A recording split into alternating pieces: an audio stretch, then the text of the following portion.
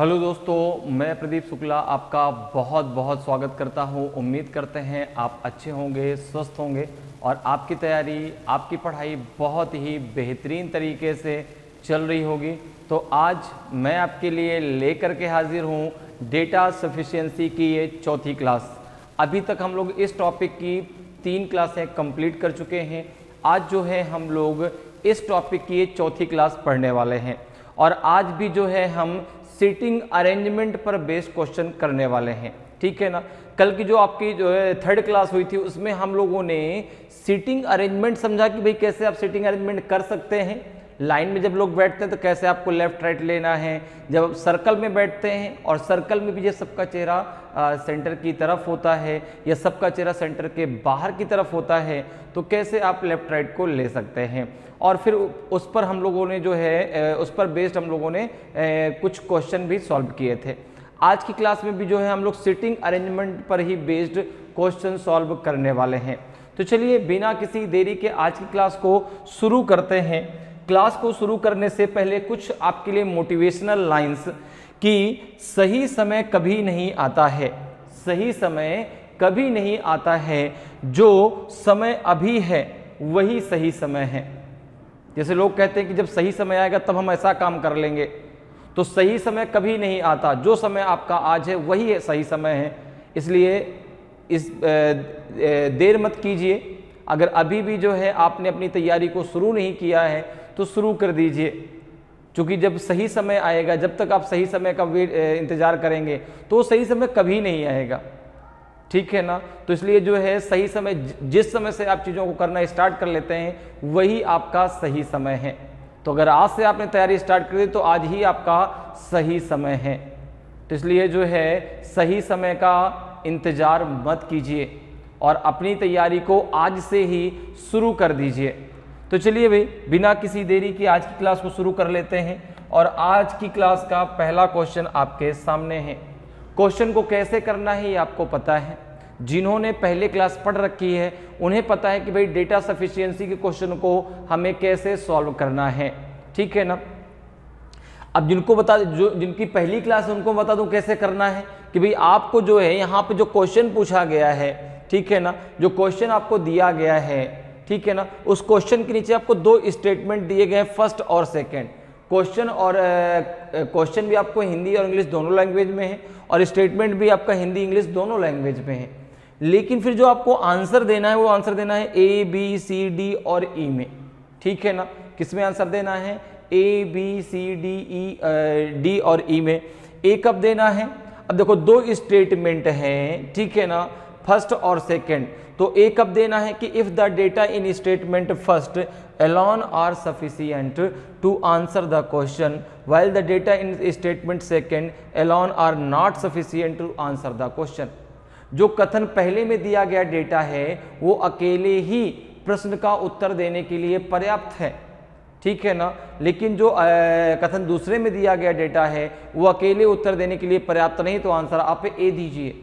B आपको कब देना है कि if the data in statement second alone are sufficient to answer the question while the data in statement first alone are not sufficient to answer the question.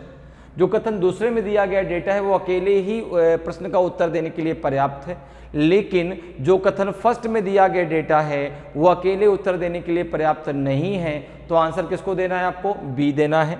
सी कब देना है कि if the data either in statement first alone or in statement second alone are sufficient to answer the question।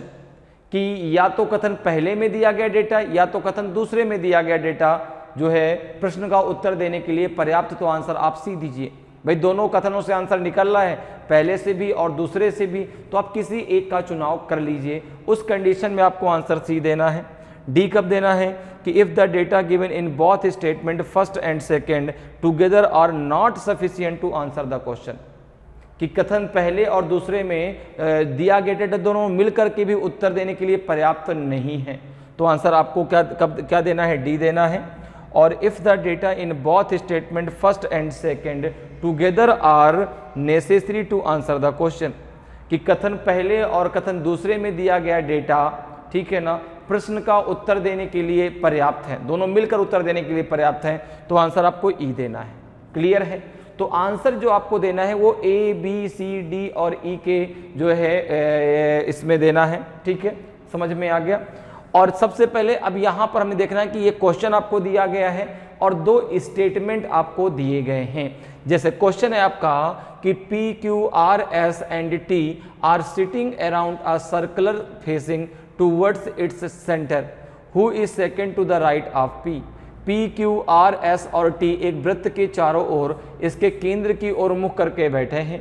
P के दाएं से दूसरा कौन है? तो अब यहां पर देखो, फर्स्ट स्टेटमेंट आपको दिया गया है कि R is to the immediate left of T and second to the right of S। ठीक है, R T के ठीक बाईं ओर है और S के दाईं ओर दूसरे स्थान पर है। दूसरा स्टेटमेंट है कि Q is to the immediate right of S and third to the left of P। Q S के ठीक दाईं ओर है और P के बाएं से तीसरे स्थान पर है। अब देखो, जो क्वेश्चन आपसे पूछा गया है कि who is second to the right of P, इसका आंसर आपको निकालना है। ठीक है ना, सभी लोग बैठे न बैठे, लेकिन इसका आंसर आपका आना चाहिए। अब जैसे हमने यहां पर फर्स्ट स्टेटमेंट के आधार पर एक डायग्राम बनाया और एक डायग्राम बना लेंगे सेकेंड स्टेटमेंट के आधार पे। दो डायग्राम हम यहां पे बनाएंगे। तो दो सर्कल हम यहां से ले लेते हैं, दो सर्कल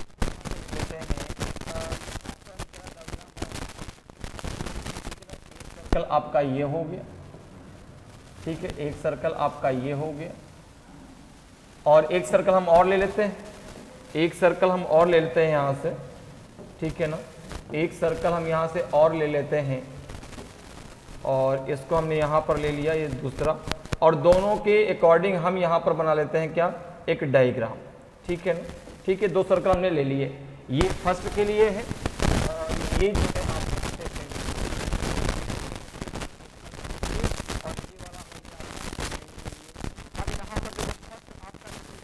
जो है कि R is to the immediate left of T and second to the right of S। अच्छा, है कितने लोग? तो आपने कहा 5 पर्सन है जिनको इस सर्कल में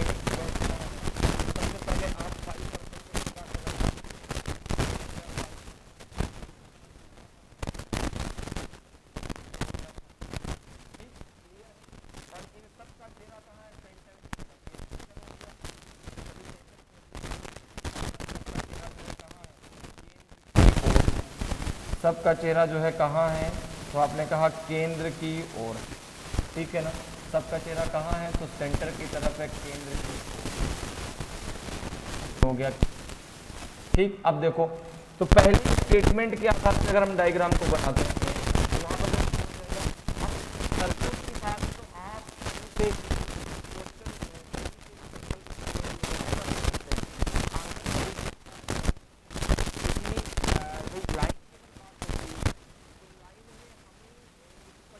जो है उसका स्थान क्लियर होना चाहिए कि भाई यहाँ पर ये बैठेंगे, तो उसमें कंडीशन कई बनानी पड़ेंगी। और यहाँ पर क्या है, आप कहीं से भी बैठा दीजिए, आपका आंसर वही आएगा।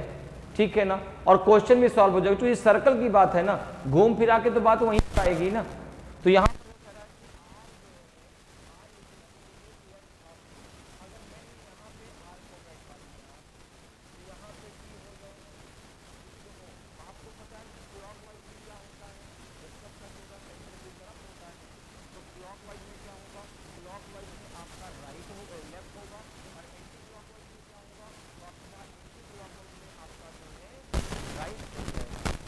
तो यहाँ पर जो है हमने अगर R को बैठाया तो T कहाँ पे हो जाएगा? यहाँ पे, क्योंकि आपको पता है कि भाई क्लॉकवाइज में क्या होगा, आपका जो है लेफ्ट होगा, एंटी क्लॉकवाइज में राइट होगा।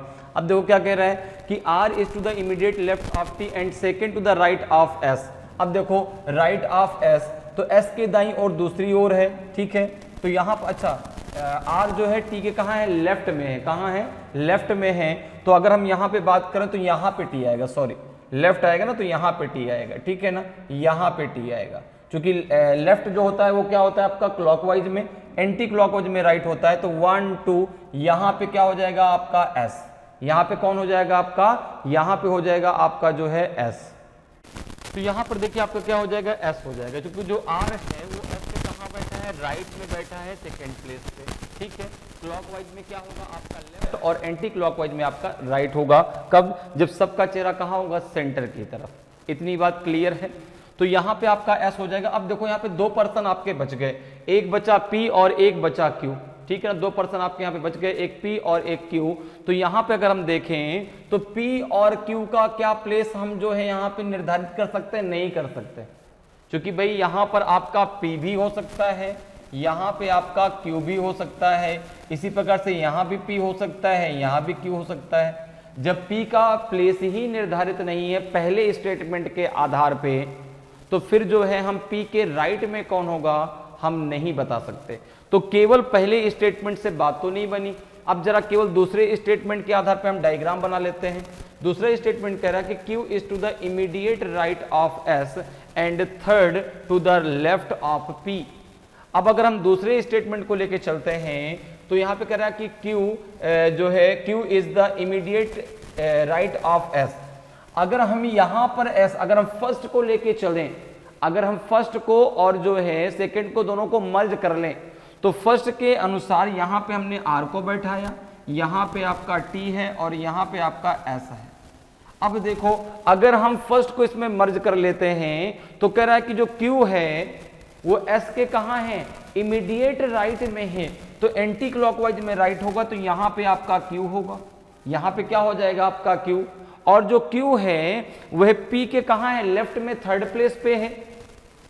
तो यहां पर देखो लेफ्ट मतलब कि क्लॉकवाइज, तो 1 2 3 यहां पे क्या हो जाएगा आपका P।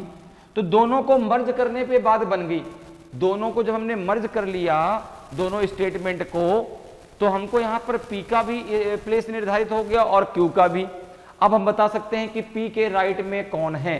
तो आपने कहा P यहां पर बैठा है और एंटी क्लॉकवाइज में राइट होगा, तो P के राइट में कौन होगा? आपका S होगा। तो दोनों से मिला के आंसर आ जाएगा। तो ऑप्शन ई आपका सही आंसर हो जाएगा कि if the data in both statement first and second together are necessary to answer the question. दोनों मिलकर के जो है उत्तर देने के लिए क्या है? पर्याप्त हैं, जरूरी हैं। तो ऑप्शन जो है आपका ई बिल्कुल सही आंसर होगा। तो समझ में आया कैसे करना है। जो क्वेश्चन का आंसर आपसे पूछा गया है उस क्वेश्चन का आंसर, अगर पहले स्टेटमेंट की बात करें तो फर्स्ट स्टेटमेंट से भाई P और Q की स्थिति क्लियर नहीं थी, इसलिए वहां से तो आंसर नहीं है, लेकिन दोनों को मर्ज हमने कर लिया, ठीक है, कि भाई पहले वाले के हिसाब से हमने R T और S की पोजीशन ले ली, दूसरे से हमको Q की पोजीशन क्लियर हो गई, तो भाई Q और P दोनों की पोजीशन क्लियर हो गई, ठीक है ना। तो P के राइट में कौन है? आपका S निकल आया। तो आंसर आपका जो है ई बिल्कुल सही आंसर होगा। अगले क्वेश्चन पे आइए। अगला क्वेश्चन देखिए है कि P Q R S and T are sitting around a circular table facing towards the center. Who among them is sitting to the immediate right of R? P, Q, R, S और T एक गोलाकार मेज के चारों ओर केंद्र की ओर मुख करके बैठे हैं। उनमें से R के ठीक दाएं ओर कौन बैठा है? अब पहला स्टेटमेंट कह रहा है कि Q is sitting between P and T and T is sitting to the immediate right of S. Q P और T के बीच में बैठा है और T S के ठीक दाईं ओर है, दाईं ओर बैठा है। दूसरा स्टेटमेंट कह रहा है Q is second to the left of R and is second to the right of S। Q R के बाएं से दूसरे स्थान पर है और S के दाएं से दूसरे स्थान पर है। अब ये देखो दोनों स्टेटमेंट दिए गए, अब आपको आंसर देना है A B C D और E के अकॉर्डिंग, ठीक है।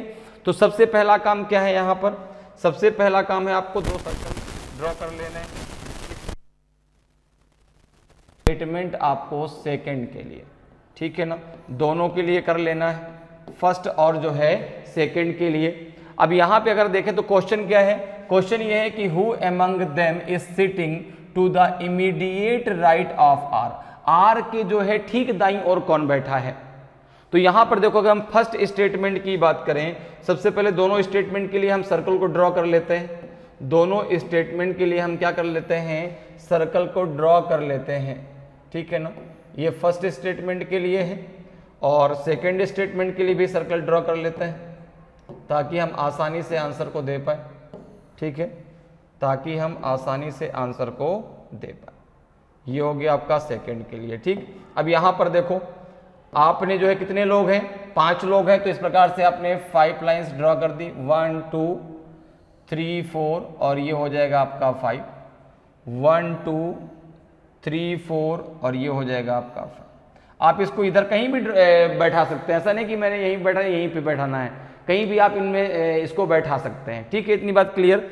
अब आते हैं पहले स्टेटमेंट पे। पहला स्टेटमेंट कह रहा है कि Q is sitting between P and T। अब देखो यहां पे आपने कहा कि भाई अगर आपका Q यहां पर होगा, Q यहां पर होगा तो P और T यहीं पर तो होंगे। अगर यहां पे P होगा तो यहां पे T होगा, अगर यहां पे T होगा तो यहां पे P होगा, लेकिन होंगे दोनों यहीं पर।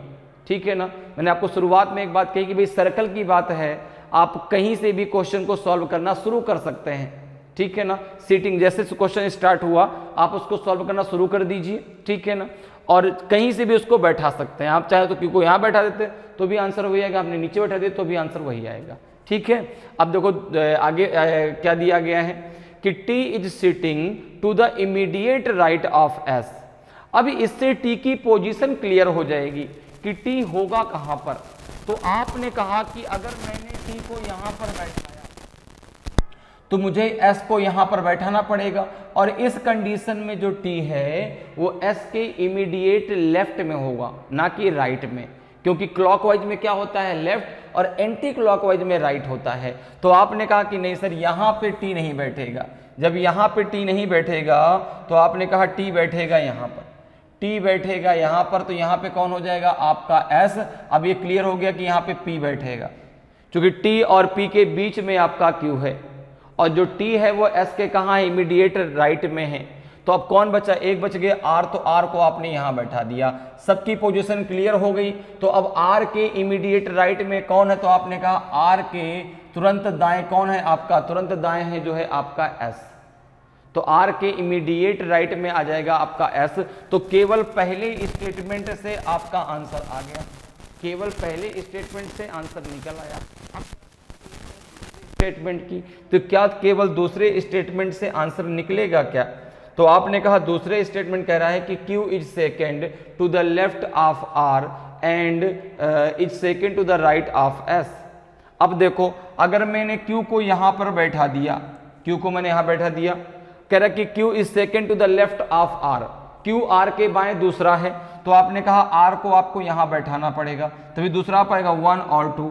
ठीक है ना, जब भी दूसरा या तीसरा या चौथा आपको काउंट करना हो तो उसको हमेशा छोड़ के काउंट करना होता है, कभी भी उसको साथ में लेके काउंट नहीं किया जाता।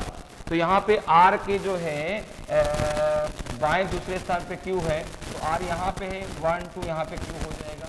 अब देखो आगे क्या कह रहा है कि Q is second to the left of R and is second to the right of S, और S के कहाँ है, दाएं को दूसरा है। तो भाई यहाँ पर आपका Q बैठा तो 1 2, यहाँ पे कौन हो जाएगा आपका S, यहाँ पे कौन हो जाएगा S, देखो 1 2 Q उसके राइट में दूसरा है। अब यहाँ पर कौन बच गया, अभी दो व्यक्ति यहाँ पर बचे हैं, कौन कौन, एक बचा है आपका जो है P और एक बचा है T। अब देखो क्या इसके क्या अब यहाँ पर हम P और T की पोजीशन क्लियर कर पाएंगे, नहीं कर पाएंगे। P और T की पोजीशन क्लियर कर पाएंगे, नहीं कर पाएंगे, क्योंकि P और T ठीक है ना दोनों के बारे में कुछ भी सेकंड स्टेटमेंट में नहीं कहा गया। ठीक है, केवल Q R और S के बारे में आपको बताया गया। हाँ ये क्लियर है कि P और T में इससे दोनों यहाँ पर हो सकते हैं, यहाँ पे P होगा तो यहाँ पे T होगा, अगर यहाँ पे T होगा तो यहाँ पे P होगा। क्लियर है, तो अब यहाँ पर देखो पहले स्टेटमेंट से तो आपका क्लियर आंसर आ गया, लेकिन अगर हम बात करें दूसरे स्टेटमेंट से तो आपने कहा दूसरे से भी आंसर आ गया। देखो R की पोजीशन तो क्लियर है ना, R को आप कहीं बैठाएंगे तो R के राइट में आपका S आ जाएगा। ठीक है ना, P और T की पोजीशन क्लियर नहीं है तो उससे हमें कोई मतलब भी नहीं है। ठीक है ना, हमें यहाँ पे चाहिए कि R के इमीडिएट राइट में कौन बैठेगा, तो भाई राइट क्या होता है एंटी क्लॉकवाइज, तो राइट में आपका S बैठेगा। आप कहीं भी इसको यहाँ से भी अगर स्टार्ट करेंगे ना कि आप S को इधर बैठा है, Q को यहाँ बैठा है, तो भी आंसर आपका यही आएगा। ठीक है ना, तो दोनों स्टेटमेंट से अलग अलग आंसर निकल आया, पहले स्टेटमेंट से भी आंसर निकल आया, दूसरे स्टेटमेंट से भी आपका आंसर निकल आया। तो यहाँ पे आप आंसर क्या देंगे, आप आंसर सी देंगे, आंसर क्या देंगे, सी देंगे। ठीक है ना, कि या तो पहला स्टेटमेंट ले लीजिए या तो आप दूसरा स्टेटमेंट ले लीजिए, दोनों से ही आप आंसर दोनों में से आप आंसर निकाल सकते हैं। तो आइदर फर्स्ट और सेकेंड, तो ऑप्शन सी आपका सही आंसर हो जाएगा। क्लियर। अगले क्वेश्चन पे आ जाए। अगला देखिए आपका जो है 3rd नंबर का क्वेश्चन है कि A B C D and E are seated around a circular table facing centre, who is to the immediate right of B. A B C D और ई एक गोलाकार मेज के चारों ओर केंद्र की ओर मुख करके बैठे हैं, बी के निकटतम दाएं कौन है। अब देखो यहाँ पे आपका पहला स्टेटमेंट दिया गया है कि D is between A and E, D A और ई के बीच में है। दूसरा है C is between B and E, C B और ई के कहाँ है, बीच में है। अब यहाँ पर देखो, अब सबसे पहले क्या करते हैं, तो दो स्टेटमेंट के लिए दो सर्कल ड्रॉ कर लेते हैं, स्टेटमेंट फर्स्ट और ये स्टेटमेंट सेकंड, ठीक है ना। तो दो सर्कल हम यहाँ पे ड्रॉ कर लेते हैं, फर्स्ट के लिए भी और सेकंड के लिए भी। ये हो जाएगा आपका फर्स्ट के लिए, और एक सर्कल ड्रॉ कर लेते हैं स्टेटमेंट सेकंड के लिए, ठीक है। स्टेटमेंट जो है सेकंड के लिए,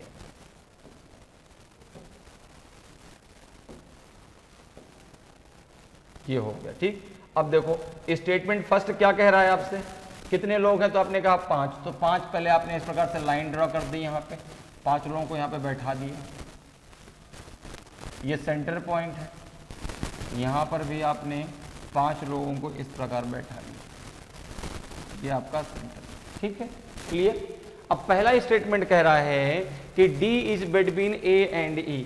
आपने कहा कि अगर मैंने D को यहाँ बैठाया तो A यहाँ हो सकता है या E यहाँ हो सकता है, इसी प्रकार से A यहाँ हो सकता है तो E यहाँ हो सकता है, ठीक है। अब देखो दो व्यक्ति कौन कौन बच गए, आपका जो है C और एक क्या बच गया आपका C और आपका बच गया क्या B। तो C B में से भी यहाँ दोनों हो सकते हैं कि भाई यहाँ पर अगर C होगा तो यहाँ पे C या B में से कोई हो सकता है, यहाँ C या B में से कोई एक हो सकता है। ये पहले स्टेटमेंट के अकॉर्डिंग मैंने बनाया, लेकिन D की पोजीशन क्लियर कि D A और E के बीच में होगा, लेकिन A कहाँ पे होगा, E कहाँ पे होगा, नहीं क्लियर है। B कहाँ होगा, C कहाँ होगा, नहीं क्लियर है। दूसरे स्टेटमेंट में आ जाओ। दूसरा कह रहा है कि C is between B and E। दूसरा कह रहा है कि C is between B and E। C जो है वह B और E के बीच में है। अब देखो अगर मैं इन दोनों स्टेटमेंट को मर्ज कर लेता हूं, मैंने यहाँ पे D को बैठाया, अच्छा ये क्लियर है कि A और B यहीं पर कहीं ना कहीं होंगे। अब दूसरा स्टेटमेंट कह रहा है कि C is between B and E। आपने कहा कि C यहाँ या यहाँ में से एक जगह हो सकता है। आपने कहा C अगर यहाँ होगा, ठीक है ना, तो B यहाँ पर होगा और यहाँ पे सॉरी यहाँ पे B होगा, क्योंकि यहाँ पे तो आपका E आएगा ना, यहाँ पे B होगा और उस कंडीशन में यहाँ पे आपका जो है E होगा, ठीक है। उस कंडीशन में यहाँ पे E होगा। दोनों को मर्ज करने के बाद मैं आपको बता रहा हूँ, ठीक है ना, और उस कंडीशन में यहाँ पे आपका A हो जाएगा। अब देखो दूसरी कंडीशन सुनो, अगर C आपका यहाँ पर होगा तो आपने कहा सर उस कंडीशन में B आपका यहाँ पर हो जाएगा और उस कंडीशन में E आपका यहाँ पर होगा, ठीक है ना। क्लियर है भाई, सॉरी इस कंडीशन में यहाँ पे E होगा, एक मिनट ये उल्टा हमने लिख दिया, यहाँ पे आपका फर्स्ट कंडीशन में E होना चाहिए, क्योंकि जो C है वह B और E के बीच में है। सेकेंड कंडीशन, तो यहाँ पे उस कंडीशन में A होगा। दूसरी कंडीशन में अगर C यहाँ पहुँचता है तो E यहाँ पहुँच जाएगा और उस कंडीशन में आपका जो है A यहाँ पर आ जाएगा। तो क्या अभी भी A, E या B और C की पोजीशन क्लियर हुई? क्या नहीं हुई, क्योंकि यहाँ पर ये तो कह रहा है कि जो C है वो B और E के बीच में है। तो आपने कहा कि भाई अगर C यहाँ पर होगा तो आपका E यहाँ पर होगा, B यहाँ पर होगा, ठीक। अगर C यहाँ पर आ जाए तो आपने कहा E यहाँ पर आ जाएगा, B यहाँ पर चला जाएगा, और इसके आधार पे B, C, A और E इन चारों की भी स्थिति क्लियर नहीं हो पा रही। जब क्लियर नहीं हो पा रही तो फिर भाई ए बी के राइट में कौन है ये भी आप नहीं बता सकते। भाई जब बी की स्थिति ही क्लियर नहीं, बी की पोजीशन क्लियर नहीं है कि बी बैठेगा कहां पर, तो बी के राइट में कौन आएगा ये आप नहीं बता सकते। तो यहां पे जो आंसर आएगा वो आंसर क्या आएगा आपका, वो आंसर डी आएगा। क्या आएगा? डी। कि दोनों मिल करके भी क्वेश्चन का आंसर देने के लिए पर्याप्त नहीं है। ठीक है ना, कि if the data given in both statement first and second together are not sufficient to answer the question, दोनों मिल करके भी क्वेश्चन का उत्तर देने के लिए पर्याप्त नहीं है। ठीक है, अगले क्वेश्चन पे आ जाइए। अगला क्वेश्चन देखिए आपका जो है 4th नंबर का क्वेश्चन है कि who is sitting to the immediate right of Tanisha among 5 friends sitting around a circular facing the centre. केंद्र की ओर मुख करके एक वृत्त के चारों ओर बैठे 5 दोस्तों में से तनीषा के ठीक दाएं ओर कौन बैठा है। पहला है कि Ayesha is sitting exactly between Kanak and Sneha and Raj is sitting to the immediate right of Sneha. Ayesha Kanak और स्नेहा के ठीक बीच में बैठी है और राज स्नेहा के ठीक दाईं ओर बैठा है। दूसरा है कि Tanisha is sitting exactly between Kanak and Raj and Ayesha is sitting to the immediate right of Kanak. Tanisha Kanak और राज के ठीक बीच में बैठी है और आयशा कनक के ठीक दाईं ओर बैठी है। ये 2 स्टेटमेंट आपको दिए गए हैं, आपको आंसर ABCD में देना है। ठीक है ना। अब सबसे पहला काम तो दोनों स्टेटमेंट के लिए 2 सर्कल हम ड्रॉ कर लेते हैं। सबसे पहला काम, ठीक है ना, सबसे पहला काम 2 स्टेटमेंट जो आपको दिए गए हैं उसके लिए आप यहाँ पर सर्कल को ड्रॉ कर लीजिए। ठीक है, तो यहाँ पे अगर हम बात करें तो एक सर्कल आपका ये हो गया, ठीक, और एक सर्कल और ड्रॉ कर लेते हैं। दोनों को अगर मर्ज करने की जरूरत पड़ेगी तो मर्ज कर लेंगे, लेकिन वो बाद में करेंगे। ठीक है ना, वो बाद में करेंगे। ठीक, अब यहाँ पे देखो कितने लोग हैं, तो आपने कहा 5 पर्सन है, तो यहाँ पे आपने सबसे पहला काम ये कर लिया, 5 जो है लाइंस इस प्रकार से ड्रॉ कर ली। सबका चेहरा कहाँ है, सेंटर की तरफ है। यहाँ भी आपने 5 लाइन इस प्रकार से ड्रॉ कर ली, सबका चेहरा कहाँ है, सेंटर की तरफ। ठीक है, अब यहाँ पर देखो पहला स्टेटमेंट क्या कह रहा है, पहला स्टेटमेंट कह रहा है कि Ayesha is sitting exactly between Kanak and Sneha. तो यहां पर देखो अगर मैंने यहां पे आयशा को बैठाया, अगर मैंने यहां पे आयशा को बैठाया तो यहां पे कनक हो और यहां पे कौन होगी, आपकी स्नेहा। लेकिन कनक और स्नेहा का स्थान अभी क्लियर नहीं है, क्योंकि अगर स्नेहा इधर होगी तो कनक यहां हो सकती है, कनक अगर यहां हो गई तो स्नेहा यहां हो जाएगी। क्लियर है। लेकिन आगे कह रहा है कि and Raj is sitting to the immediate right of Sneha. Raj जो है स्नेहा के तुरंत दाईं ओर बैठा है। तो अब आपको क्लियर है कि भाई एंटी क्लॉकवाइज में आपका राइट होगा और क्लॉकवाइज में आपका क्या होगा, लेफ्ट होगा। तो जो राज है वह स्नेहा के कहां बैठा है, दाईं ओर बैठा है। तो आपने क्लियर कर दिया कि यहां पे स्नेहा होगी, यहां पे स्नेहा होगी और यहां पे राज होगा, यहां पे राज होगा और यहां पे कनक हो जाएगी। यहां पे कौन हो जाएगी, कनक हो जाएगी, क्योंकि जो आयशा है वो कनक और स्नेहा के कहां बैठी है, बीच में बैठी है, और जो राज है वो स्नेहा के कहां है, ठीक दाईं ओर है। तो अब स्नेहा की स्थिति क्लियर हो गई। भाई अगर स्नेहा को हम यहां पे रखेंगे तो फिर यहां पे तो आपका पहले से आयशा बैठी है, तो राज को हम बैठा नहीं सकते, तो फिर हम स्नेहा को यहाँ पे नहीं बैठा सकते। तो स्नेहा को हम यहाँ बैठा सकते, तो राज यहाँ पर हो जाएगा। अब एक व्यक्ति और बच गया। एक व्यक्ति कौन है, देखो जरा। तो आपने कहा कि एक व्यक्ति है तनीषा, एक व्यक्ति है तनीषा, ये हो गए 5 पर्सन। क्वेश्चन क्या पूछ रहा है कि who is sitting to the immediate right of Tanisha. तो यहां पर देखो तनीषा के इमीडिएट राइट में कौन होगा, आपने कहा कनक। तो पहले स्टेटमेंट से आंसर आपका आ गया। ठीक है ना, दूसरे स्टेटमेंट की अभी आपको जरूरत नहीं है। अब जरा देखिए क्या दूसरे स्टेटमेंट से आपका आंसर आ जाएगा क्या। देखो जरा, दूसरा कह रहा है कि Tanisha is sitting exactly between Kanak and राज।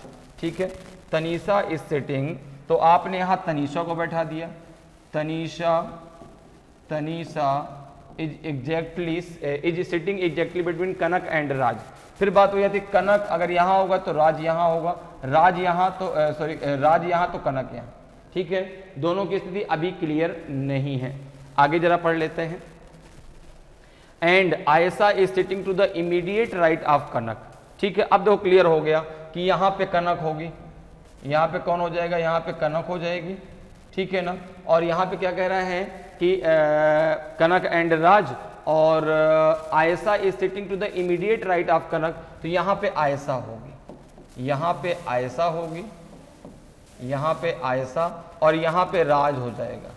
यहाँ पे कौन हो जाएगा आपका राज।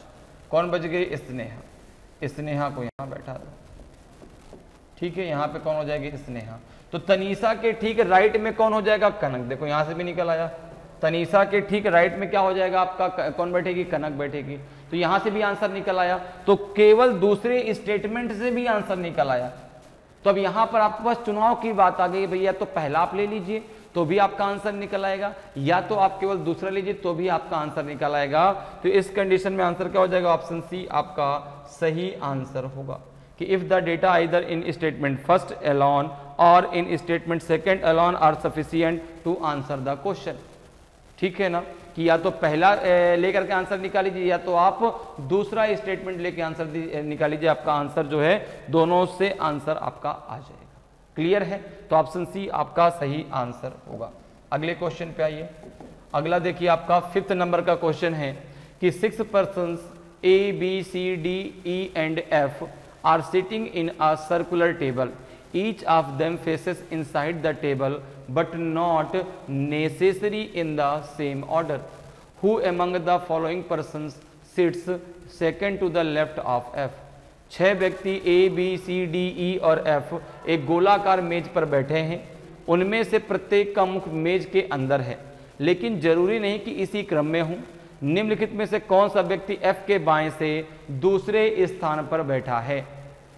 अब यहां पर क्वेश्चन ये है कि आपको बताना है कि F के बाएं दूसरे स्थान पर कौन बैठा है, ये तो बताना है। ठीक है ना, क्वेश्चन में क्या है आपका कि who among the following person sits second to the left of F। अब देखो दो स्टेटमेंट आपने यहाँ पे 3 स्टेटमेंट आपको दिए गए हैं, फर्स्ट सेकंड एंड थर्ड। अब यहाँ पे 3 स्टेटमेंट हैं, 3 स्टेटमेंट के आधार पे आपको इसका आंसर निकालना है। तो आंसर आपको किस में देना है, आंसर आपको A, B, C, D, E में देना है। A कब देना है, only first and second are sufficient to answer the question. केवल पहला और दूसरे से काम बन जाए आपका, only first and third. C कब देना है कि सभी का प्रयोग करना पड़े आपका। ठीक है ना, नहीं सभी का प्रयोग करके भी आप आंसर नहीं निकाल पा रहे हैं। ठीक है, all first second and third are not sufficient to answer the question. और तीनों का प्रयोग करके आप आंसर निकाल रहे हैं, तीनों जो है सफिशिएंट है आंसर देने के लिए। और only first and either second और third are sufficient to answer the question, कि केवल पहले से निकल रहा है या फिर जो है आपका दूसरे या तीसरे से, मतलब तीनों में आपको चुनाव करने का मौका मिल जाएगा कि केवल पहले से भी निकल आया या फिर दूसरे से भी निकल आया या फिर तीसरे से भी निकल आया। तो आंसर आपको क्या देना है, यहाँ पे ई देना है। तो सबसे पहले यहाँ पर देखिए क्वेश्चन आपको 3 स्टेटमेंट दिए गए हैं, तो ये तो क्लियर हो गया कि भाई केवल पहले और केवल दूसरे या केवल तीसरे से भी आंसर निकल सकता है। तो फिर 3 हमको सर्कल बनाने पड़ेंगे, तो 3 सर्कल हम 3 स्टेटमेंट के लिए बना लेते हैं, फर्स्ट सेकेंड और ये हो जाएगा आपका थर्ड। तो 3 सर्कल यहाँ पे हम बनाते हैं।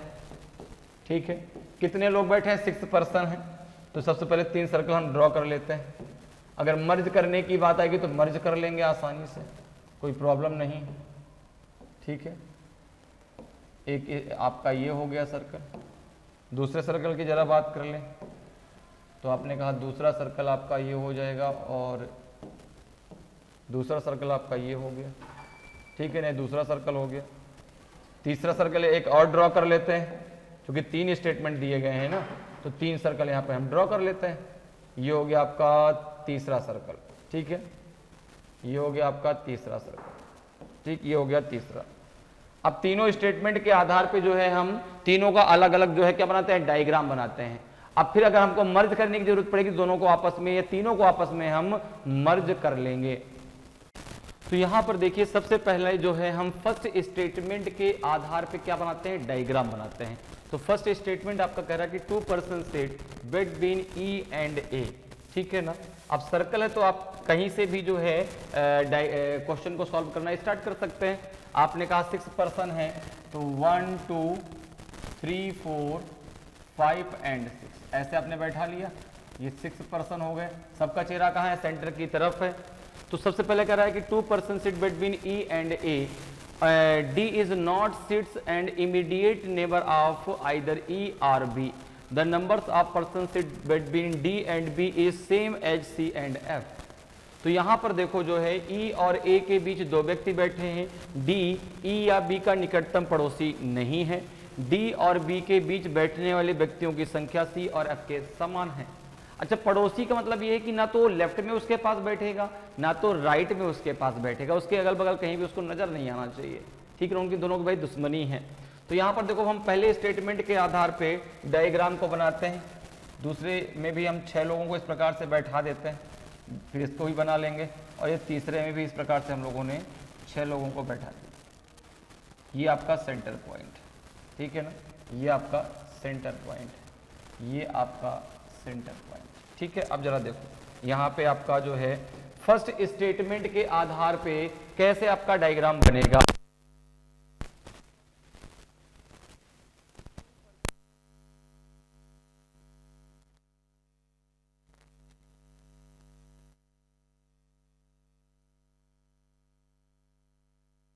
तो यहां पर देखो जो है हमने यहां पर किया कि यहां से ई और ए को बैठाया, तो क्या कह रहा है कि 2 person sit between E and A. आपने कहा कि अगर ई यहां पर होगा, ठीक है ना, आपने कहा कि अगर ई यहां पर होगा तो हम ए को यहां पर रख सकते हैं, बिल्कुल 2 पर्सन उसके बीच में, देखो 2 यहां है 2 यहां, तो चाहे आप ए को यहां रखो चाहे ई को यहां रखो, ठीक है ना। लेकिन ये क्लियर है कि ए अगर यहां पे होगा तो ई यहां पर होगा।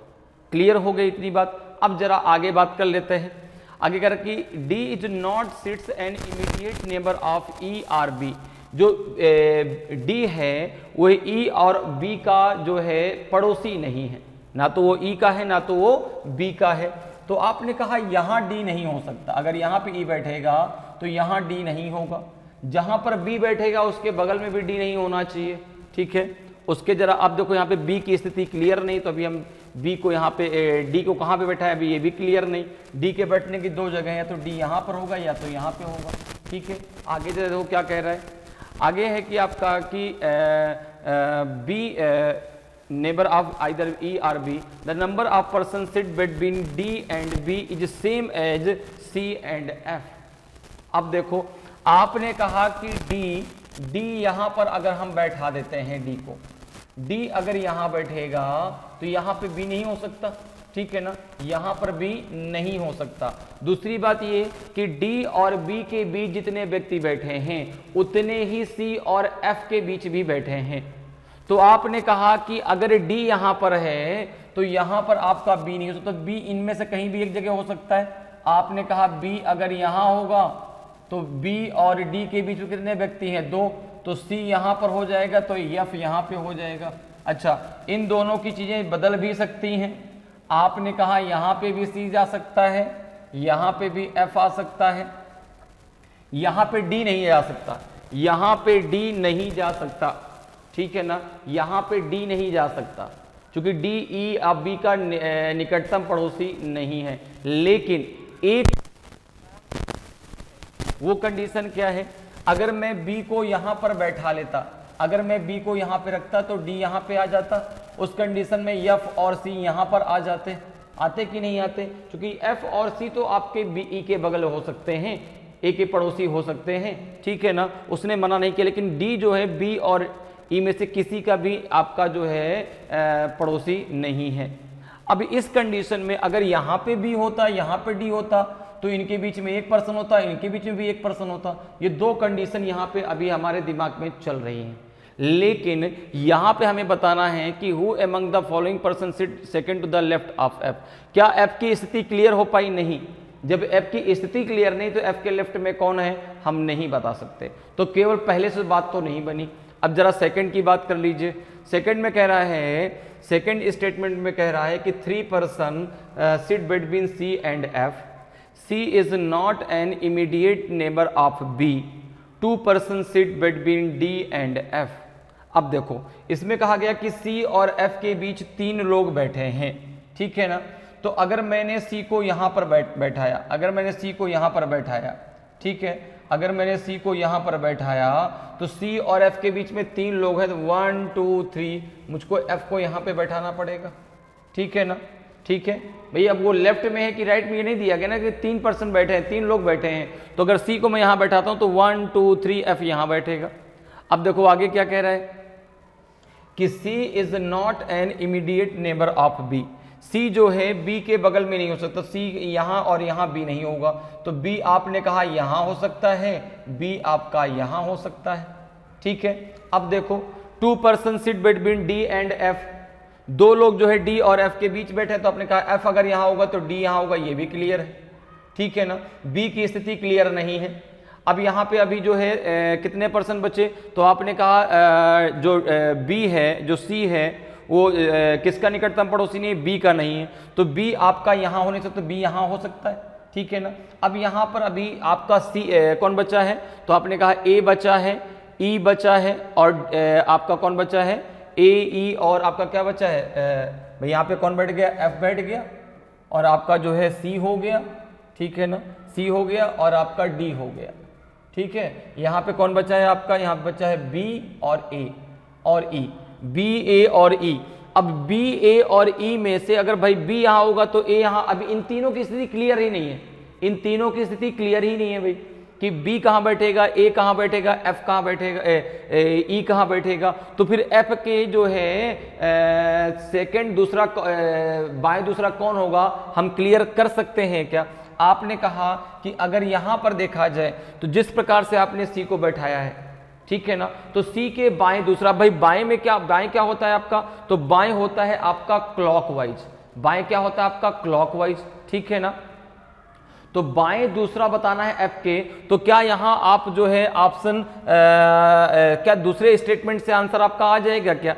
तो आपने कहा अब जरा इस कंडीशन को हम और भी बना के देख लेते हैं, इस कंडीशन को जरा हम और भी बना के देख लेते हैं, क्या उस कंडीशन के आधार पे आंसर यही निकलेगा क्या। जैसे हमने एक सर्कल यहाँ पे और बना लिया, एक सर्कल हमने और बना लिया ऐसे, और यहाँ पे 6 पर्सन हमने ऐसे ड्रॉ कर दिए। ठीक है ना, 1 2 3 4 5 एंड 6। अब देखो अगर मैं C को यहाँ पर, जैसे यहाँ पर देखो भाई F के सेकंड में कौन आ रहा है, C आ रहा है ना, F के सेकंड में कौन आ रहा है, C आ रहा है। ठीक है, अब अगर आपने कहा कि C को मैं यहां बैठाता, तो देखो 1 2 3, ठीक है ना, तो यहां पे F बैठता, यहां पे F बैठता। अब देखो अगर मैं यहां पर न इस प्रकार से काउंट ना करके, अगर मैं इस प्रकार से काउंट करूं 1 2 3 4, यहां 1 2 3, मैं F को यहां भी तो बैठा सकता हूं, मैं F को यहां भी तो बैठा सकता हूं। भाई मैंने ये देखो क्लॉकवाइज काउंट किया 1 2 3, अगर मैं उसको एंटी क्लॉकवाइज काउंट कर लेता तो आप कहते भाई F यहां पे आ जाता, तब तो C जो है F के कहां हो जाता, राइट में हो जाता, तब तो C कहां हो जाता, F के राइट में हो जाता, लेफ्ट में नहीं होता। इसलिए केवल स्टेटमेंट सेकंड से भी आंसर आपका नहीं आएगा। मेरी बात समझ में आ रही है भाई। यहां पे आपको दिख रहा है कि सर आपने बैठाया F के बाएं दूसरा आपका C आ जाएगा, आंसर निकल आएगा। लेकिन जब आप उसको एंटी क्लॉकवाइज काउंट कर रहे हैं, भाई ये तो कहीं नहीं दिया कि क्लॉकवाइज बैठे हैं कि एंटी क्लॉकवाइज बैठे हैं, 3 लोग बैठे हैं, ये क्लियर है। तो आपने कहा अगर उसको हम एंटी क्लॉकवाइज काउंट करेंगे तो आप F यहां पर आ जाएगा, उस कंडीशन में C जो है F के कहां हो जाएगा, F के जो है राइट में दूसरा हो जाएगा, क्योंकि एंटी क्लॉकवाइज में आपका राइट और क्लॉकवाइज में लेफ्ट होता है। तो इसलिए जो है दूसरे से भी आप, केवल दूसरे से काम नहीं बना। अब देखो अगर हम पहले दूसरे को मर्ज कर लें तो क्या बात बनेगी क्या, पहले दूसरे को अगर हम मर्ज कर लें तो क्या बात बनेगी क्या। इसको यहां से हम रफ कर लेते हैं।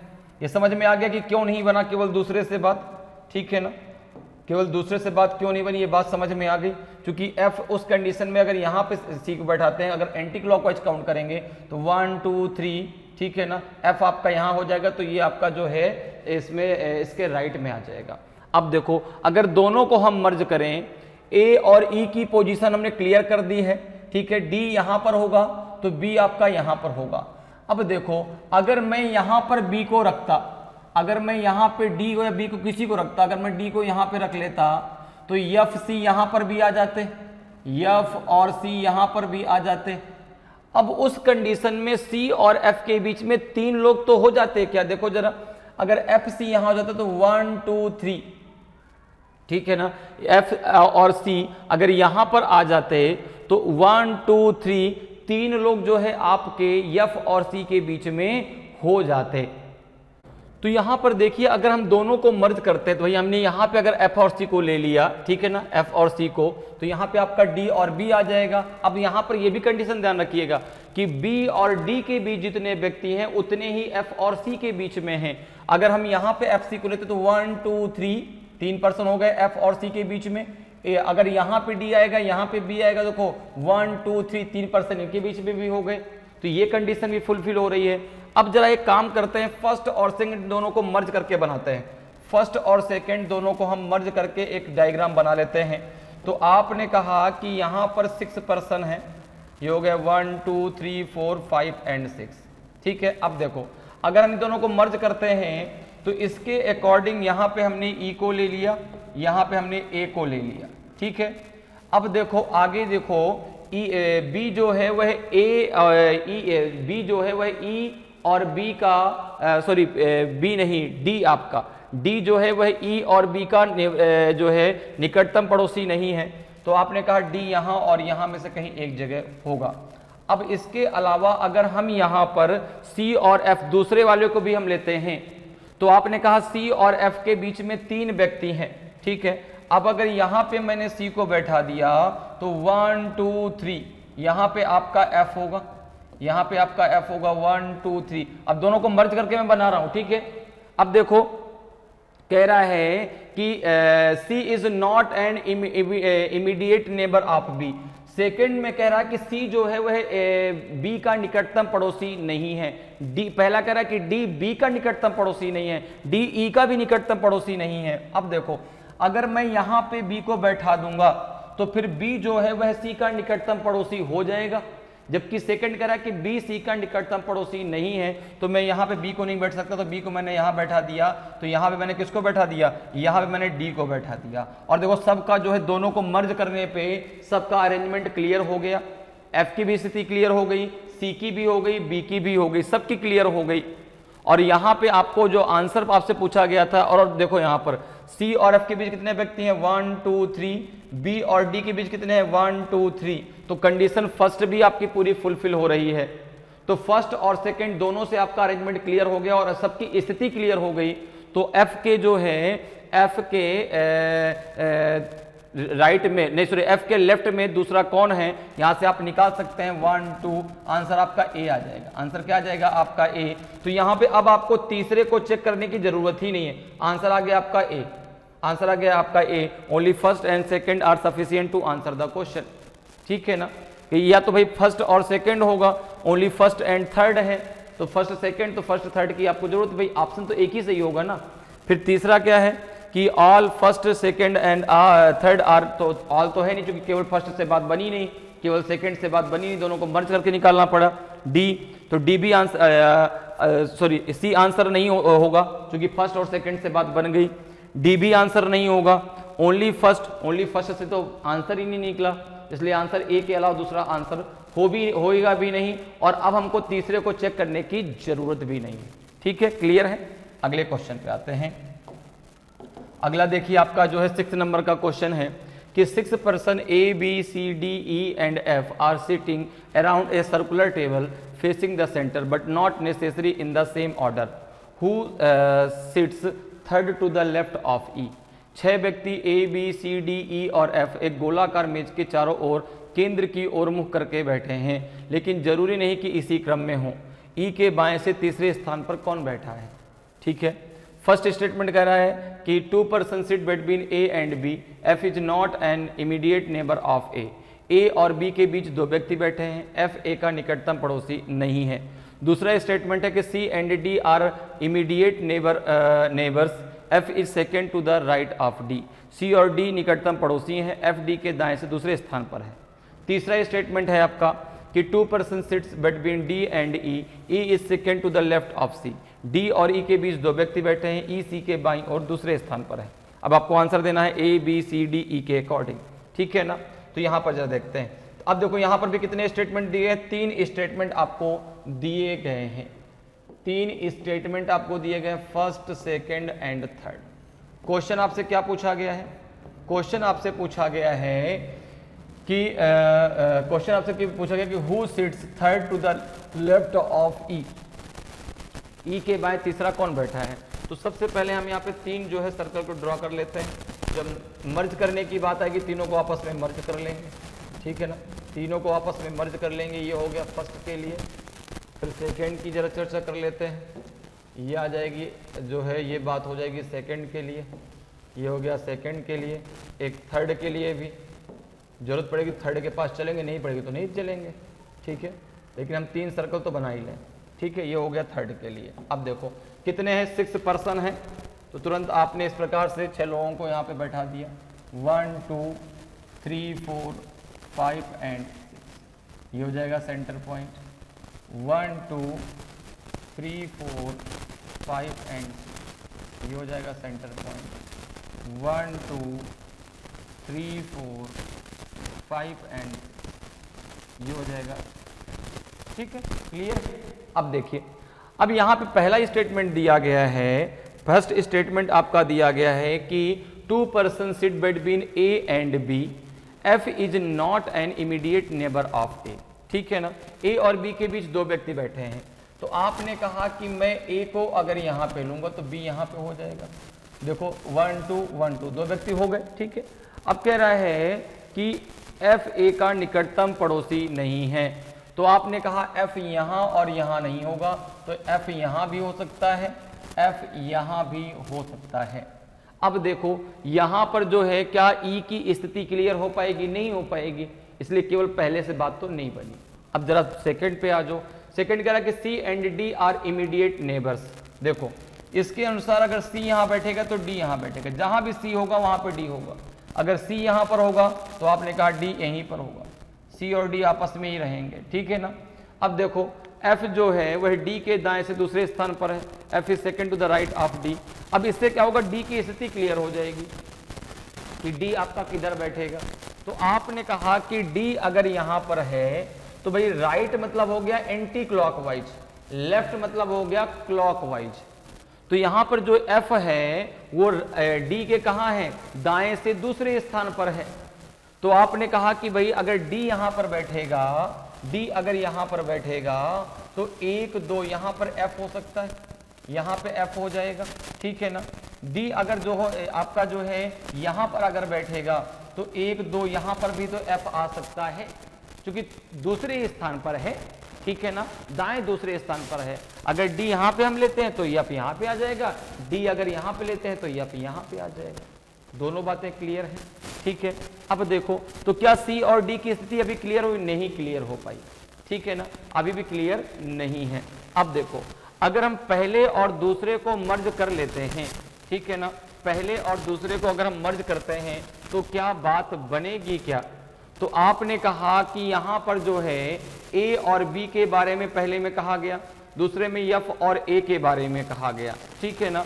अब देखो अगर हम यहां पर इस कंडीशन को लेते हैं, जैसे सी डी या तो यहां होगा, सी डी या तो यहां होगा, ठीक है। अब देखो अगर डी को मैंने यहां पे ले लिया तो 1 2 यहां पे आपका एफ आ जाएगा, ठीक है।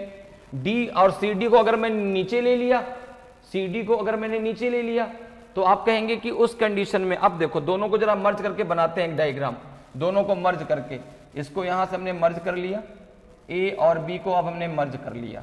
मर्ज जब कर लेंगे तो इस कंडीशन में हमने यहाँ पे ए को रखा है, यहाँ पे बी को रखा है, ठीक है, क्लियर है। एफ ए और एफ ए का निकटतम पड़ोसी नहीं, सी और डी आपस में निकटतम पड़ोसी हैं, और जो एफ है वो डी के दाएं दूसरा है। अब देखो दाएं मतलब हो गया एंटी क्लॉकवाइज, इस बात को याद रखिएगा। अगर C यहां पर होगा तो D यहां पर होगा, ये बात क्लियर है। अब अगर D यहां पर है तो भाई एंटी क्लॉकवाइज आपका यही तो होगा, तो उस कंडीशन में 1 2 यहां पे F को होना जरूरी है, यहां पे F का होना जरूरी है, जबकि वहां पहले से A बैठा है, हम यहां पे F को नहीं रख सकते। आपने कहा सर कोई बात नहीं, एक काम करिए यहां से D को हटा के इधर बैठा दीजिए, कंडीशन सारी चेक करते जाइए ना, यहाँ पे डी को बैठा दीजिए, यहाँ पे सी को। तो आपने कहा इस कंडीशन में एफ कहाँ होना चाहिए, तो आपने कहा 1 2 यहाँ पे होना चाहिए, जबकि पहला कह रहा है कि एफ जो है ए का निकटतम पड़ोसी नहीं है, तो फिर ये भी गलत हो गया, यहाँ पे हम एफ को बैठा ही नहीं सकते, तो यहाँ पे डी और सी दोनों आएंगे ही नहीं, ये बात क्लियर। आपने कहा कोई घबराने की बात नहीं है, हमारे पास अभी ये जगह खाली है।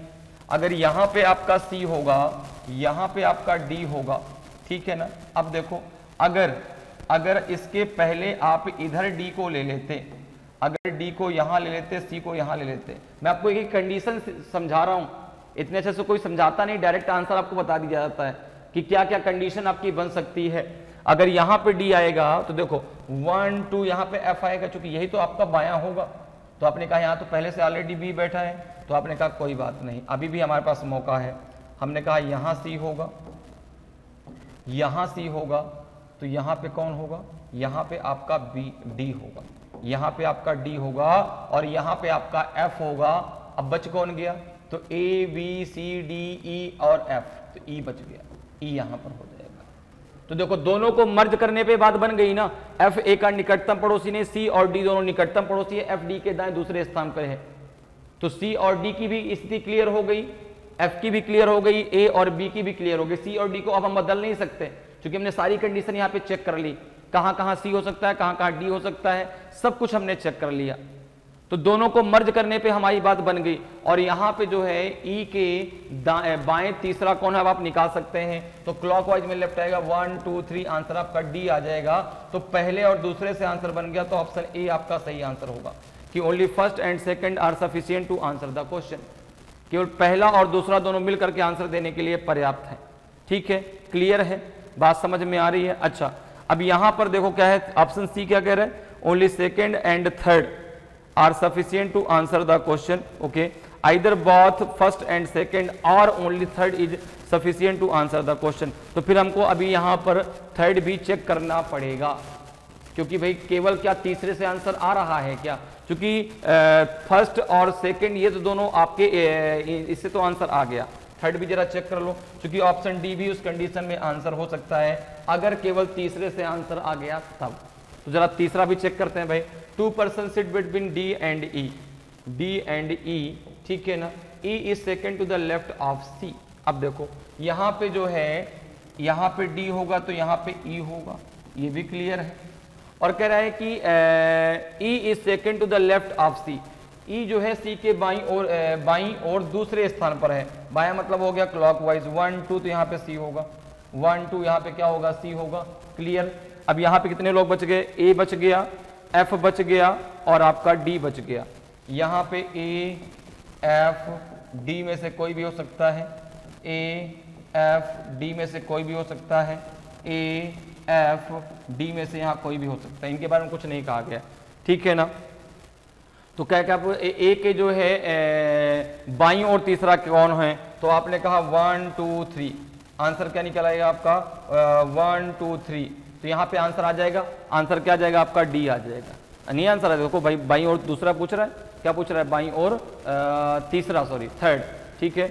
डी और ई के बीच में 2 लोग हैं, ये भी क्लियर है, तो इससे तो निकल आया ना, केवल तीसरे से आंसर निकल आया कि भाई ई के लेफ्ट में तीसरा कौन है, ठीक है। तो यहाँ पे केवल तीसरे से भी आंसर आ जाएगा, तो ऑप्शन डी आपका सही आंसर होगा फिर यहाँ पे, ठीक है ना, ऑप्शन डी आपका सही आंसर होगा, क्योंकि पहले और दूसरे से तो आंसर निकल आया, लेकिन केवल तीसरे से भी आंसर निकल आएगा, क्योंकि जो क्वेश्चन पूछा गया केवल उसी के आंसर से आपको मतलब है, बाकी इनका स्थान क्लियर होगा कि नहीं इससे कोई आपको फर्क नहीं पड़ेगा। तो ई के बाएं तीसरा कौन होगा, डी होगा, ये तो क्लियर हो गया, तो केवल तीसरे से भी आंसर आ जाएगा, तो यहाँ पे आंसर क्या हो जाएगा, ऑप्शन डी आपका सही आंसर हो जाएगा। अगले क्वेश्चन पे आते हैं, आज की क्लास का ये लास्ट क्वेश्चन है। सबसे पहले क्वेश्चन को हम रीड करते हैं। क्वेश्चन है कि 8 person namely A B C D P Q R and S are sitting in a circular table facing center, not necessary in same order, who sits immediate left of Q। 8 व्यक्ति अर्थात A B C D P Q R और S एक वृत्ताकार मेज पर केंद्र की ओर मुख करके बैठे हैं, आवश्यक नहीं कि इसी क्रम में हो, क्यू के ठीक बाईं ओर कौन बैठा है, ठीक है ना। तो क्यू के इमीडिएट लेफ्ट में कौन बैठा है आपको ये बताना है, ठीक है, ठीक दाईं ओर कौन बैठा है ये बताना है। पहला स्टेटमेंट कह रहा है, अब देखो यहाँ पे 2 ही स्टेटमेंट दिए गए हैं। पहला स्टेटमेंट है कि P sits third to the left of A, R who neither sits adjacent to A nor P, ठीक है। आपको पता है कि जो ये हु वर्ड होता है ये हमेशा अपने नजदीक वाले को डिफाइन करता है, ठीक है। A nor P sits second to the left of B, only 1 person sits between C and D। आगे है कि A and S sits together, P P A के बाईं ओर तीसरे स्थान पर बैठा है। आर जो ना तो ए और ना ही पी के बगल में बैठा है, बी के बाईं ओर दूसरे स्थान पर बैठा है। सी और डी के बीच केवल एक व्यक्ति बैठा है। दूसरा स्टेटमेंट कह रहा है कि only one person sits between B and Q. C who neither sits adjacent to Q nor D sits facing S. D sits third to the left of B. P sits second to the left of S. B और Q के बीच केवल एक व्यक्ति बैठता है। सी जो ना तो क्यू और ना ही डी के निकट बैठता है, एस की ओर मुख करके बैठता है। डी बी के बाईं ओर तीसरे स्थान पर बैठता है, ठीक है, और पी एस के बाईं ओर दूसरे स्थान पर बैठता है। अब आपको जो आंसर देना ए बी सी डी ई में देना है, ठीक है। चलिए, तो सबसे पहले हम डायग्राम बनाते हैं। दो स्टेटमेंट दिए गए, दो सर्कल हम यहाँ पे ड्रॉ कर लेते हैं, फर्स्ट और ये आपका सेकेंड। दो सर्कल यहाँ पे हम ड्रॉ कर लेते हैं। 8 पर्सन है, ठीक है ना, 8 पर्सन है तो कोई दिक्कत नहीं, 8 है तो 8 रहेंगे। ये आपका एक सर्कल हो गया फर्स्ट के लिए, और एक दूसरा सर्कल हम ड्रॉ करते हैं सेकंड के लिए, ठीक है ना। ये दूसरा सर्कल हो गया सेकंड के लिए, ये दूसरा सर्कल हो गया आपका सेकंड। 8 लोग हैं, तो सबसे पहला काम हमारा है, यहाँ पे हम इस प्रकार से ड्रॉ कर लेते हैं 1 2 3 4 5 6 7 8, ठीक है, ये सेंटर पॉइंट हो गया। ओके, इसी प्रकार से यहाँ पे देखो 1 2 3 4 5 6 7 8, ये आपका सेंटर पॉइंट हो गया, ठीक है, ये आपका सेंटर पॉइंट हो गया, ठीक है। अब देखिए यहाँ पे क्या है, फर्स्ट स्टेटमेंट कह रहा है कि पी ए के बाईं ओर तीसरे स्थान पर बैठा है। P sit third to the left of A. अब देखो, आपने अगर पी को यहां पर बैठा दिया, ठीक है, तो अब ए इधर होगा क्योंकि क्लॉकवाइज में ही तो लेफ्ट होता है, तो 1 2 3 नहीं, 1 2 3 यहाँ पे आपका ए होगा, यहाँ पे कौन होगा आपका ए, ठीक है। अब देखो आगे आगे क्या कह रहा है कि R who neither sits adjacent to A nor P sits second to the left of B. ये पूरी लाइन पढ़िए एक साथ में, ऐसा नहीं कि अलग अलग पढ़ ले फिर वो कंफ्यूजन हो जाए।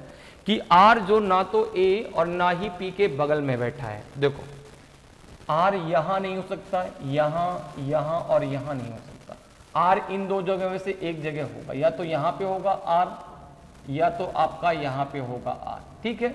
इन दो जगह में से एक जगह आर होगा।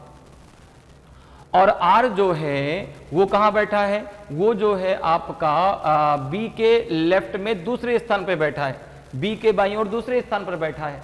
तो आपने कहा कि अगर मैं आर को यहां पे बैठाता हूं, अब लेफ्ट मतलब क्लॉकवाइज हो गया, तो अगर आर को मैंने यहां पर बैठाया, अगर आर को मैंने यहां पर बैठाया तो बी को मुझे यहां पर बैठाना पड़ेगा, क्योंकि भाई यही तो क्लॉकवाइज में ही वो आपका बायां होगा।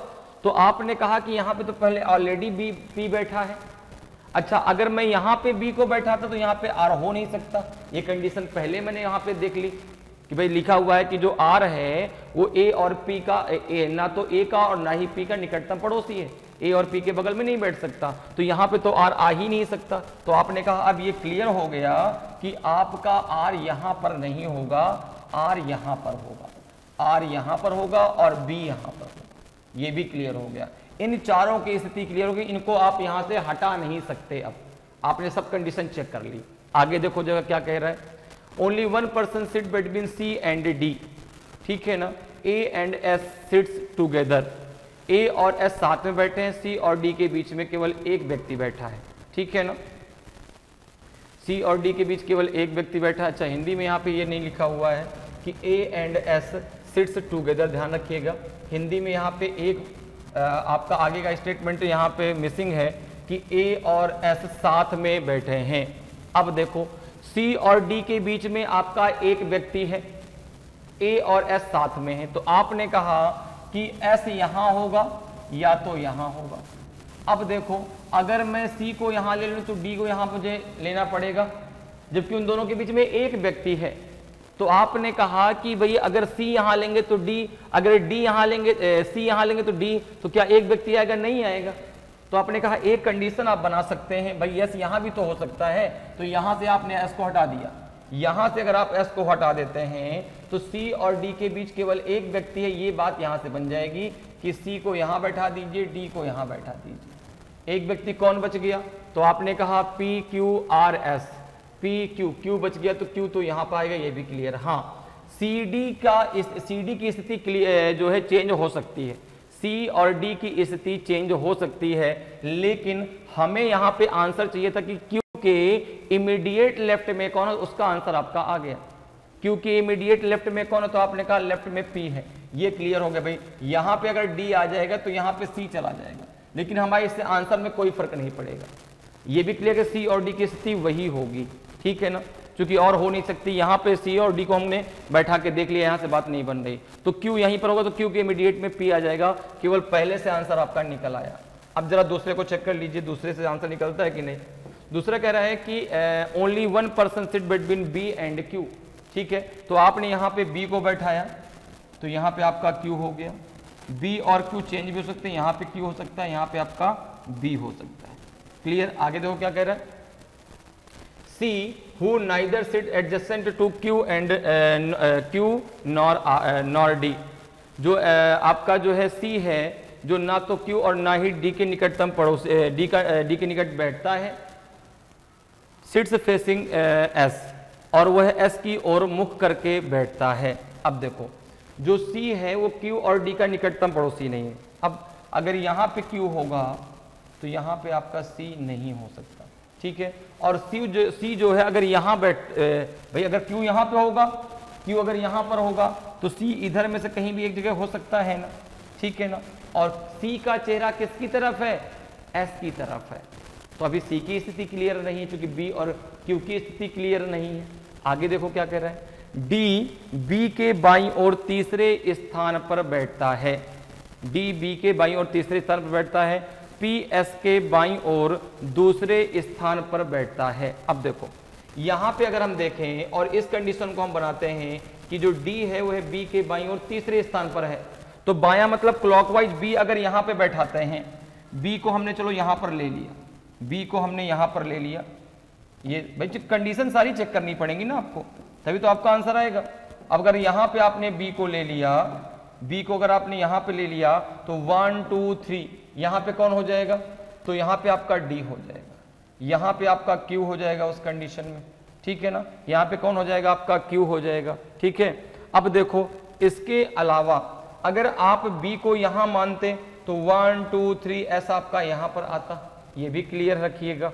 अब आगे देखो क्या कह रहे हैं कि सी जो ना तो क्यू और ना ही डी के निकट बैठता है, अगर इस कंडीशन पे हम लेते हैं तो सी जो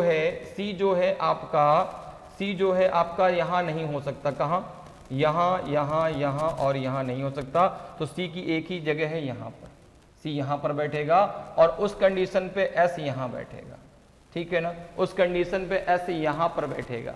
क्लियर है इतनी बात। अब जरा आगे आ जाओ, आगे कह रहा है कि डी जो है वो है बी के बाईं ओर तीसरा है, वो तो हमने कर दिया, ठीक है, पी एस के बाईं ओर दूसरे स्थान पे बैठता है, तो पी एस के बाईं ओर दूसरे स्थान पे बैठता, तो बायां ये होगा तो 1 2 यहाँ पे क्या आ जाएगा, पी, यहाँ पे आ जाएगा पी।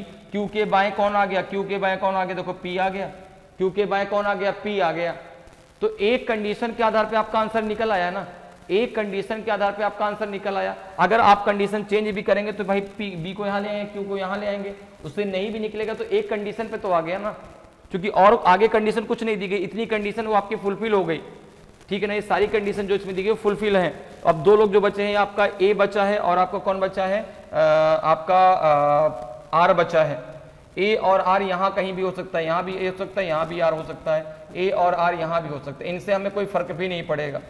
लेकिन क्यू के जो है बाएं में आपका पी मिल गया, तो केवल दूसरे से भी आंसर आपका निकल आया, केवल दूसरे से भी आंसर आपका निकल आया, तो यहाँ पे जो आंसर हो जाएगा वो ऑप्शन क्या हो जाएगा, ऑप्शन डी हो जाएगा, कि if the data in both the statement first, नहीं डी नहीं सॉरी सी, कि इफ द डेटा इधर इन स्टेटमेंट फर्स्ट एलॉन और in statement second alone is sufficient to answer the question, तो ऑप्शन सी आपका सही आंसर होगा। तो या तो आप पहला स्टेटमेंट ले लीजिए, दूसरा ले लीजिए, दोनों से एक से आप आंसर निकाल दीजिए। तो इस प्रकार से आप बहुत आसानी से जो है सीटिंग अरेंजमेंट के क्वेश्चनों को डेटा सफिशिएंसी में जो है सॉल्व कर सकते हैं। इसलिए सीटिंग अरेंजमेंट को की मैंने 2 क्लासें आपको करा दी डेटा सफिशिएंसी में, क्योंकि इससे क्वेश्चन बहुत पूछे आते हैं, ठीक है ना, तो बड़े बड़े क्वेश्चनों को भी कैसे आप आसानी से सॉल्व कर सकते हैं उसको भी हमने सीख लिया। तो अगर आज की क्लास आपको अच्छी लगी हो, आज का वीडियो आपको अच्छा लगा हो और अभी तक आपने वीडियो को लाइक नहीं किया तो वीडियो को लाइक ज़रूर करें। अगर आप नए हैं और अभी तक आपने चैनल को सब्सक्राइब नहीं किया तो चैनल को सब्सक्राइब जरूर कर लें, ताकि आपको क्लास की जानकारी समय समय पर मिलती रहे और आपकी तैयारी बेहतरीन तरीके से चलती रहे। तो आज इतना ही, फिर मिलेंगे। जय हिंद, जय भारत।